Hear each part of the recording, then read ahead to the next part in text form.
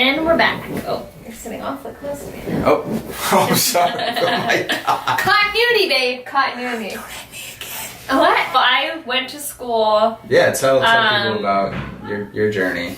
I went to school, college. I did that. I got an art degree. Yeah, and that was really cool. That was like a really amazing experience. Do I do anything with it? What people ask. Does anybody do anything with a degree except for like frame Don't it? get a degree because then you have to explain what you're doing with it. Exactly. That's the hardest thing about it. But I make art, and it doesn't make me a lot of money, but that's because I don't let it, because I have a feeling about selling art and making art. And anyways, I could be making more money selling it, which would be nice, but because I have other means of income, I just make art for myself and for fun for the most part. Yes. And what else? I also babysit, and that's really pretty fulfilling. I like kids. And it's it's like largely on your terms. Yes. Mm-hmm. When you want to, you don't need to do it. No, I really like the kid that I babysit for, and like I said, it's fulfilling to be around him and Emily, your sister. I make her food, and that's like another thing I like to do. I like to cook, so that gives me an outlet. She's on a pretty strict diet, so that's fun and creative. Anything creative I like to do. The movie star. I've done a little bit of stuff on TV. No, I don't let it go to my head though, because so I don't. If our friends are seeing this, then they're like, for the love of God, enough about. No, none of you. You're all courteous. I love you all. Wherever you live, there are opportunities to model, for commercial work, for television, to be a background extra. And here in the Northwest, Portland specifically, we have Extras Only, which is an agency that basically manages extras or actors, mainly extras. But you get it's called Extras Only, so hello.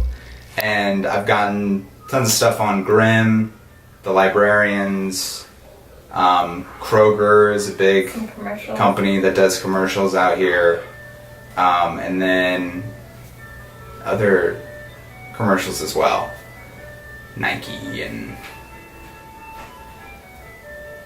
other stuff, Microsoft, and all sorts of stuff. And sometimes it's a photo shoot, sometimes it's film. So you just kind of roll with it, and if you're available, you do it. And for me, I've been successful because I just make myself available, and anytime I get booked, I'm punctual, I'm prepared.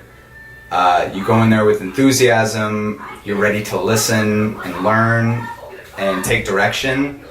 They love that. You'll get called back. They'll be like, I remember that guy. For the most part, you're just someone in the background. But sometimes you get featured roles and stuff, and it's happened to me. It could happen to you. Anything else? It's fun. I've also done on the side. I don't know where this is going. Just like helped out with people doing odd jobs. Mm-hmm. My neighbor had a connection where we had to clear out a corporate building that had shelving and cabinets, like commercial-sized sinks and kitchen equipment, cleaning supplies, stuff like that. And you might be thinking, like, how do you make money doing that? Like, it's junk, like, donate it. But I was diligent, made some calls to local people in the area who sell furniture, sell stuff to office equipment and such, and just made some calls. I'm like, hey, do you want to check out what I have? This is stuff that I just picked up, put in the truck. We filled it up. You know, we filled that truck and the trailer with all sorts of cabinets and stuff. And then just drive to it, be like, hey, what do you want to do? And then you just work out a price. I mean, obviously, the beautiful thing about it is you have no cost into it except your time and gas. Mm-hmm. And so you can be super flexible on the price, and that's going to give you an advantage as far as you can't really get hurt, and you're going to be able to compete in a way that they're going to buy from you, you know? And that was just one gig, but that lasted a few weeks. Mm-hmm. And so that was like a few $1,000s just out of thin air, you know, putting in a few hours like on 5 different occasions. What is your favorite part about having an online sales business? So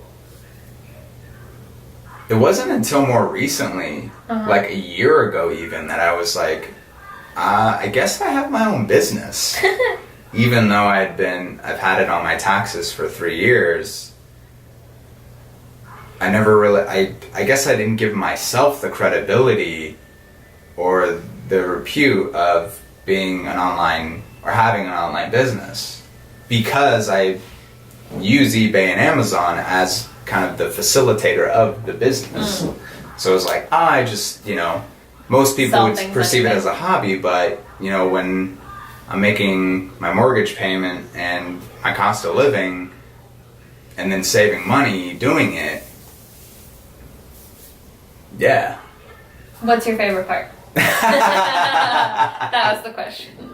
For me, I like you go ahead. I like the adventure I can't be of trusted it. to answer questions. I like the adventure of it, and getting to learn new things about how things are made, or a specific, you know, history about this object. And then you store that, if your brain can fit all the information, and then you bring that into the next thing. And I wouldn't say that I specialize in specific things, but there are specific things I know about because I've found those items, or, you know, those items were given to me and I did research about them. And it's funny because, like, in school, research was fun, but like writing like an essay about something that you just researched was like, I was over that.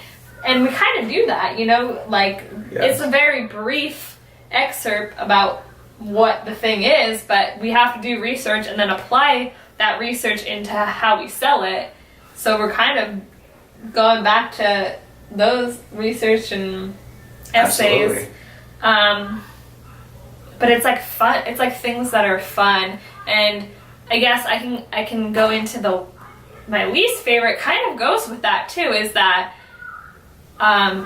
feeling that I know the item well enough to be able to sell it and be confident in selling it as described. That's like my least favorite thing about the process. Maybe some packaging and shipping, but I feel more confident with that now. But yeah, my least favorite goes with my favorite thing is that I research things, but sometimes you don't find any information about the item. Right. And sometimes it's just like way over my head. I'm like, I don't know what this thing is for. How can I sell it? But you just got to do it and got to trust that the person who's buying it knows what they're buying. But sometimes they don't, and they still buy it, and it's not what they're looking for, but you deal with it. My favorite part also is the journey, the adventure of going out and finding stuff to resell. Like, half the time the stuff that I buy is not something I anticipated buying when I started looking, you know?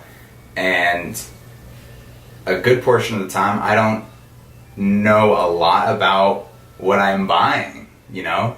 I just know that the way it was made, or the materials it's made of, or what it's used for. I can kind of piece together, okay, well, this will probably make it valuable. And, you know, then you assess how much you're paying for it and so forth. And then another thing that I love about having my own online business is I decide when I work. I decide when I work, and freedom. how hard I work, how long I want to work, and it's funny because people think that because we work from home, because we set our own schedules, that we work less or that we're more available to do things. And this is for all you people asking us why we didn't come out to Dave's party. And it's not that we don't like Dave, but he kind of smells weird. You know what I mean? It's kind of funny looking. I don't mean Sorry, that. Dave, you don't smell that weird. I got good we don't know anyone. Large nostrils, so I pick up on very fine details. I don't think we know a Dave.